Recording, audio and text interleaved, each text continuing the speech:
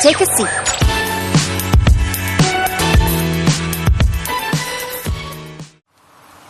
Thank you. Good morning. I think we are indeed going through very trying times. There are a lot of challenges facing all of us. I think one of the key tasks which all of us can play a role is how do we unite all the hearts of people all over the whole world. I think it is a challenge to bond people.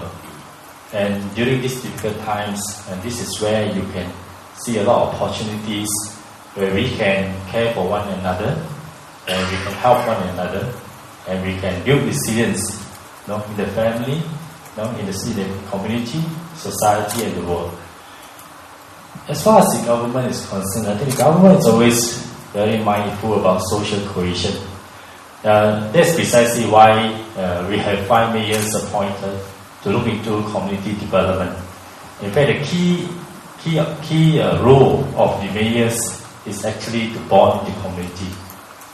It's just that over the last couple of years, because of the recession and various crises facing the countries such as SARS, that the focus has shifted in a way to social assistance and job assistance. But actually, the main job of the Community Development Council is actually to bond our people.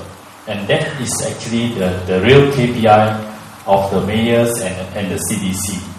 So it is a challenge to bring people together, to develop a caring community, to help people to understand one another's religion, culture, and so on. So it is a continuing process. And the government cannot do it alone. We need the help of many partners from the business community, from the civil society, from many other organizations. Everyone can play a role to bond hearts, to bring people together, to care for one another. And I think that is where we can all aspire to build a very peaceful and harmonious world. So I would say that the key role of the government is to provide a platform where the stakeholders of the society can come together and take ownership to bond with one another. At the end of the day, I think the most important thing is that the stakeholders must all come forward. Do things not for yourself, do things for others. If everyone is motivated, inspired to do things for your fellow man, then I think we can build a stronger society. So the key is what can we all do to build a peaceful and harmonious world. Thank you very much for that perspective. Patrick, can I ask, I think, given your role in learning, Claire has just set out quite an interesting approach to business in which she's talked about the value of community building and social entrepreneurship being core to the way that her company does business and conceptualizes its way forward and sees, in fact, that as intrinsic to profitability. As a professor of entrepreneurship, can you tell me, is that the way that most businesses look at the world? Is that what business schools teach its graduates?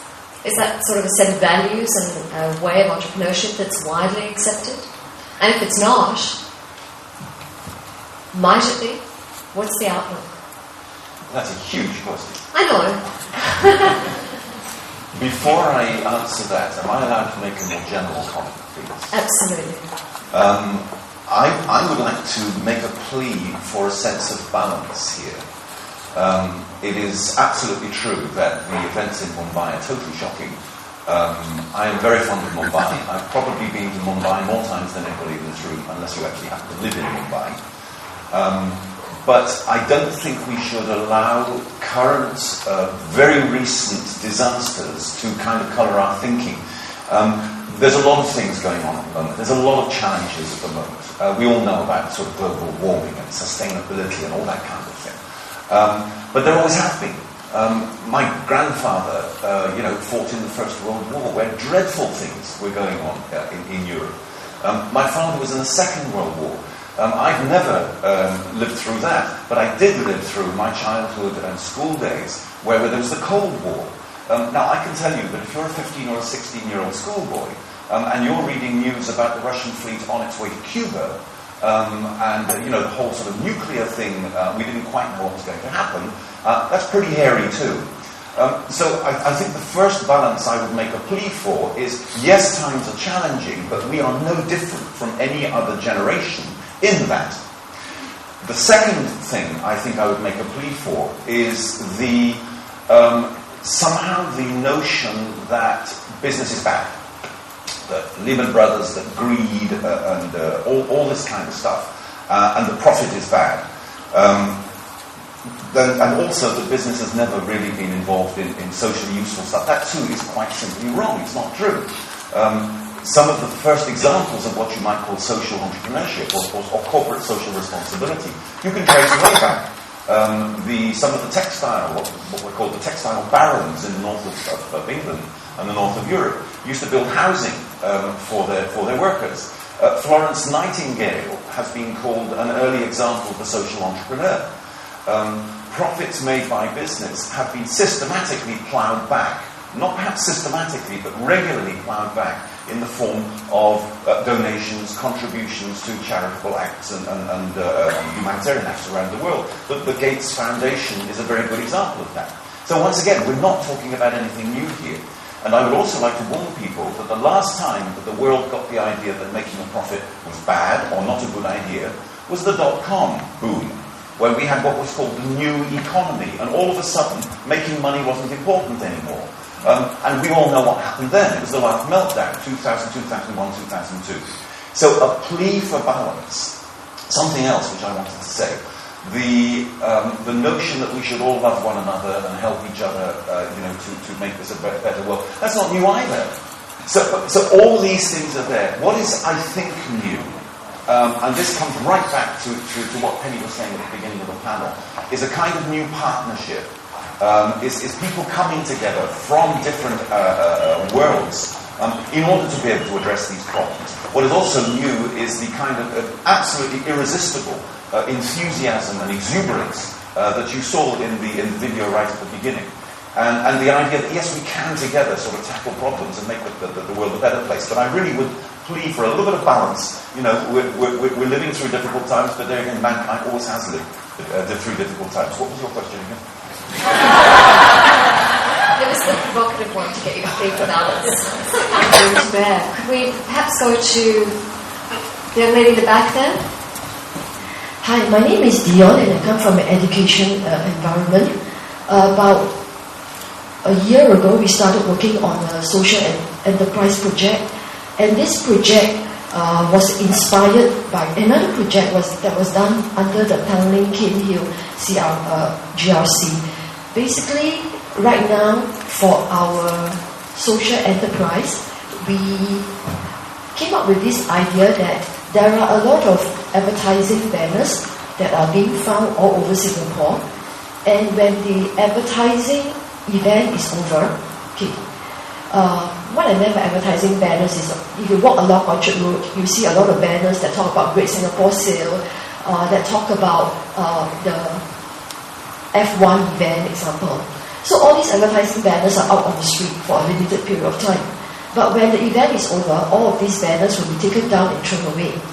So we actually explore the idea of collecting all these banners and making them into usable secondary products like shopping bags, farm index dividers, and because they are very huge, they can even be made into refugee sleeping tent and refugee sleeping mats. And we seeded this idea out to the central CDC, and my group of students actually got a funding of 24,000 eTheory to carry on this project. So we have crossed over the first stage, and now we are in the stage where we need to appeal, to bring up the awareness, and to appeal for alliance partners. Members in this room can actually help us in a few ways. We need a constant supply of banner donation so that we have banners. One example would be this so-called backdrop right now. When the event is over, we can collect this banner. And we can actually recycle them into bags. And some of this finished product can be used as a corporate gift. So on one hand, we need banners, donation of banners. We need people who are in the marginalized sector to come and cut them, wash them, sew them, and every one of this group of people will be paid. We need people to help us to sell them. Okay, so in the process of selling, the person can get actually a small commission, a small profit margin. And I think this idea could even be seeded outside of Singapore because this has a strong social enterprise element and also it helps in recycling. So we want to hear from the panel. Is there any way, any help that we will be able to get? Take a seat.